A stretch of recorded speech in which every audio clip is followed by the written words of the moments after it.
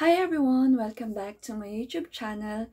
So for today, pumunta po ako sa mall and nakita ko tong product na to and gusto ko siyang i-try kasi gusto ko na rin kumain ng cinnamon. So ayan, ito po siya. Cinnamon. Ayan. So before po ako magpa-check up kanina is nag-drop muna ako sa mall kasi may binili ako. So ito yung result ng check up ko. Ayan. Thank you Lord kasi good po yung result. So, yung binili ko po is yung normal lang na flavor. Kasi may mga chocolate ganun. Pero, ayaw ko kasi nang masyadong matamis. Kaya ito yung binili ko.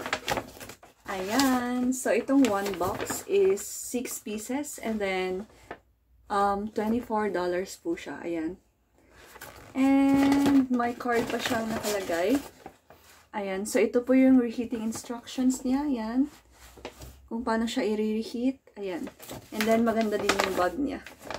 So, try po natin ng isa. Sabi niya dito, heat to eat. Oh, so do not refrigerate. So, hindi po pala siya pwedeng ilagay sa ref. Ayan. So, try na natin yung isa. Oh, tapos yung nakalagay dito is August 6. So, August 5 ngayon. Meaning, kailangan na natin siyang i-consume. Hindi ko yung nakita nung bumili ako.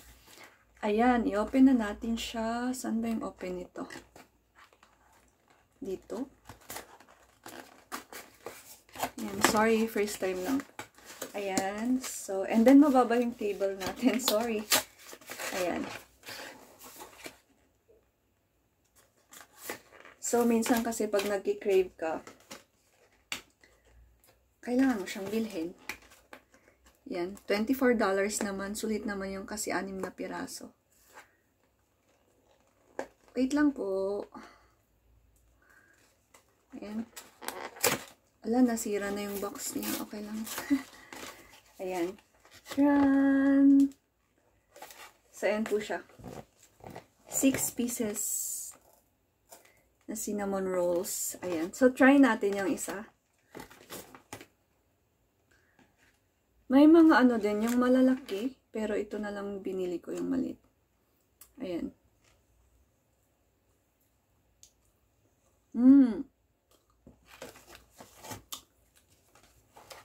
And then ito is cream cheese, yung nasa taas niya.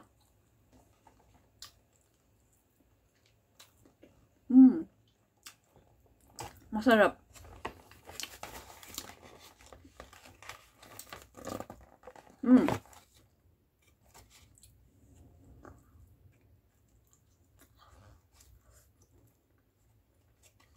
Para sa akin, okay lang na hindi na siya i-reheat.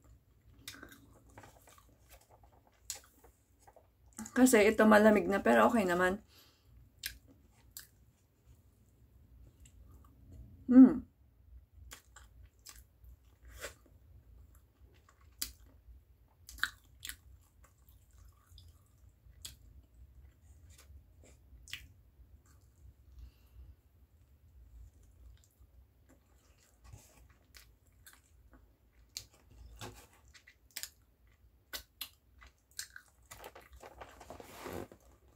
So, yun. Okay siya. Gusto ko siya kasi hindi siya masyadong matamis. Hindi ko nga kayang ubusin yung isa eh.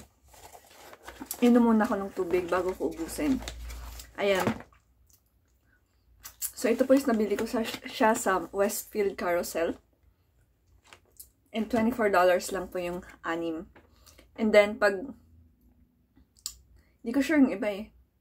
Pag yung mix yata, yung mix na flavor is 36. I'm not sure, pero ganun. Pero ito lang yung flavor na nagustuhan ko. Ayan. Pero sa mga may gusto ng mga may chocolate, ganun. May mga choices naman siya. Then, yan po yung card niya. So, out of 10, 10 out of 10. Yan. Thank you guys for watching. See you again sa next vlog ko. Bye!